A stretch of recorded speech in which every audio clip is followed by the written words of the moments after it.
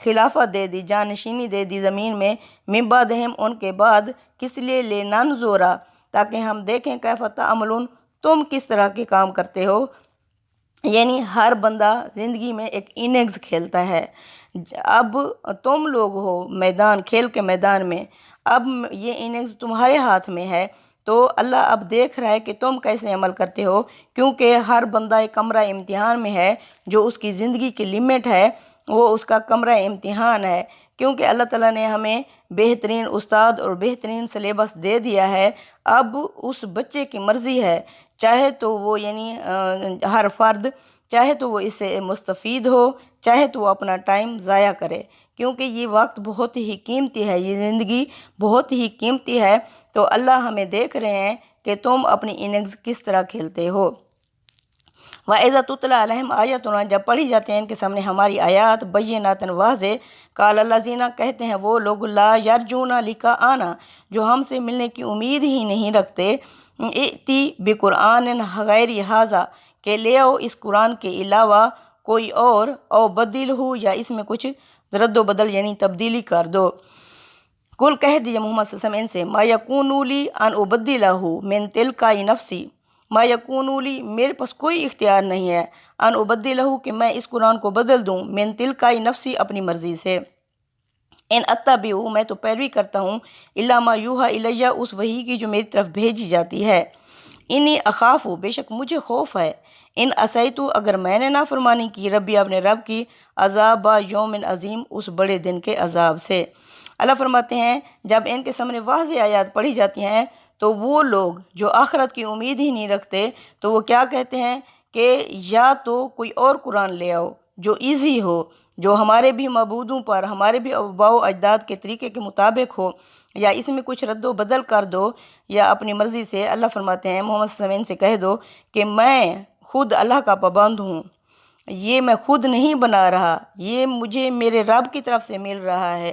میں اپنی مرضی سے اس میں کہاں رد و بدل کر سکتا ہوں، میں خود اس وحی کی پیروی کرتا ہوں جو میرے رب کی طرف سے مجھ پر آتی ہے، میں خود ڈرتا ہوں اس عذاب سے کہ اگر میں نے نافرمانی کی تو وہ مجھے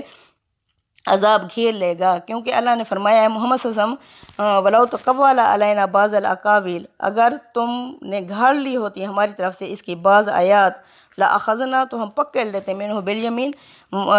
یعنی محمد صلی اللہ علیہ وسلم کے دہنے ہاتھ سے، ثُمَّ لَقَطَعْنَا مِنْهُ الْوَرِيدَ پھر ہم اس کی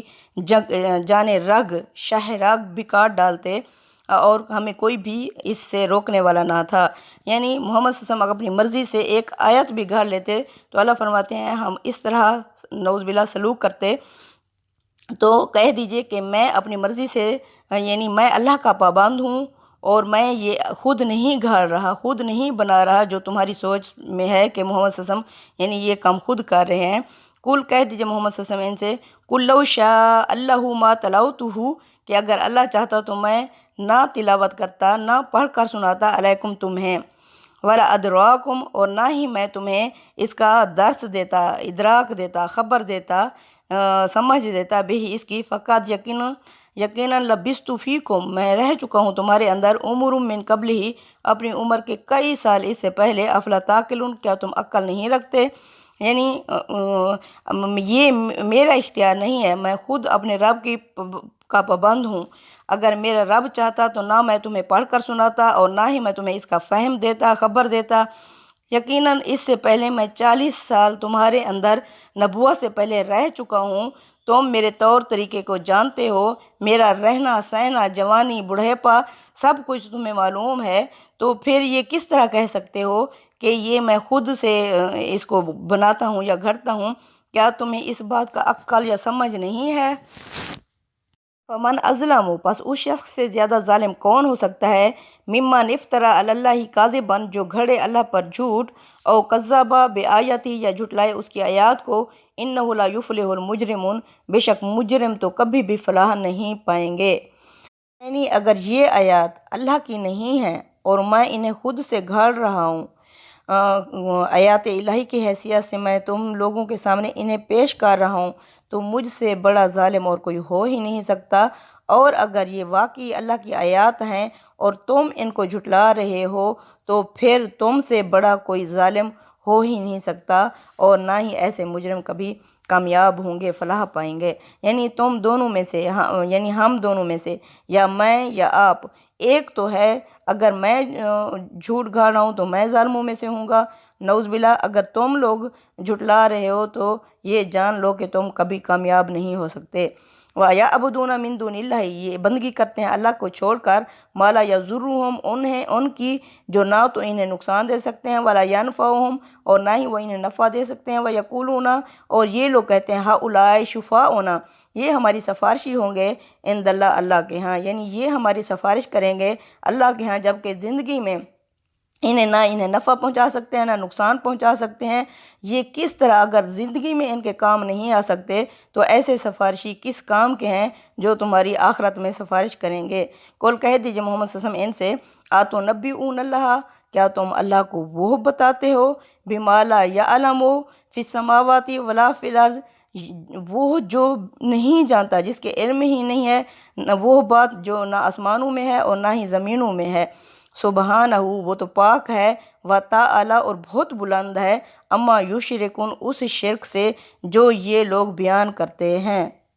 یعنی کہ کسی چیز کا اللہ کے علم میں نہ ہونا یہ معنی رکھتا ہے کہ وہ چیز سرے سے موجود ہی نہیں ہے، اس لیے کہ سب کچھ جو موجود ہے وہ اللہ کے علم میں ہے۔ پس سفارشیوں کے معدوم ہونے کے لیے یہ ایک نہایت لطیف انداز بیاں ہے کہ اللہ تعالیٰ تو جانتا نہیں کہ زمین یا آسمان میں کوئی اس کے حضور تمہاری سفارش کرنے والا ہے،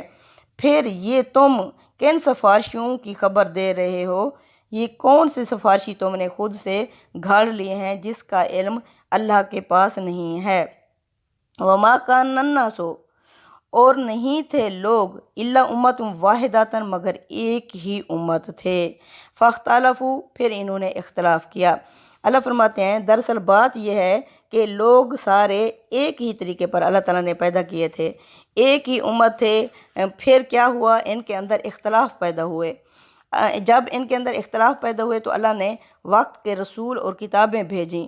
ان کے اختلاف کو دور کرنے کے لیے، اپنے یعنی اللہ تعالیٰ نے رسول بھیجے۔ اللہ فرماتے ہیں لیکن اگر جس وقت انہوں نے رسولوں کو جھٹلا دیا تھا، اگر اللہ چاہتا تو اسی وقت ہی ان کا فیصلہ کر دیتا، لیکن چونکہ اللہ نے انسان کو ارادہ اور اختیار دے کر زمین میں بھیجا ہے، اس لیے اللہ مداخلت نہیں کرتا۔ جو مدت انسان کی زندگی کی ہوتی ہے یا جو مدت کسی قوم کی ہوتی ہے تو اللہ تعالیٰ اس مدت کو چلنے دیتے ہیں، یعنی اللہ اسی وقت ختم نہیں کر دیتے۔ اللہ فرماتے ہیں وَلَوْلَا كَلِمَةٌ سَبَقَتْ مِن رَبِّكَ، یہی بات ہے کہ اگر ایک بات پہلے سے طے نہ ہو چکی ہوتی محمد صلی اللہ علیہ وسلم آپ کے رب کی طرف سے، لَقُضِيَ بَيْنَهُمْ، تو فیصلہ ہی ہو جاتا، فِيمَا فِيهِ يَخْتَلِفُونَ، ان باتوں میں جن میں یہ اختلاف میں پڑے ہوئے تھے۔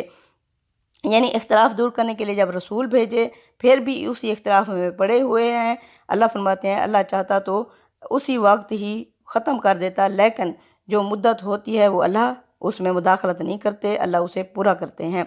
وَيَقُولُونَ، اور یہ کہتے ہیں، لولا انزل علیہ آیۃ من ربہ، کہ اس نبی نے کیوں نہیں کوئی نشانی منتخب کر لی، چن لی اپنے رب کی طرف سے۔ فقل، محمد صلی اللہ علیہ وسلم ان سے کہہ دیجئے، انما الغیب للہ، بے شک جو غیب ہے وہ اللہ کے پاس ہے، فانتظروا، پس تم بھی انتظار کرو، انی معکم من المنتظرین، بے شک میں بھی تمہارے ساتھ انتظار کر رہا ہوں۔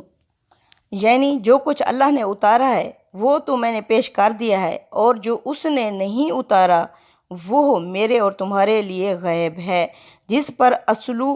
پر سوائے خدا کے کسی کا اختیار نہیں ہے، وہ چاہے تو اتارے، وہ چاہے تو نہ اتارے۔ اب اگر تمہارا ایمان لانا ہی اسی پر موقوف ہے کہ جو کچھ اللہ نے نہیں اتارا ہے وہ اترے، تو اس کے انتظار میں بیٹھے رہو،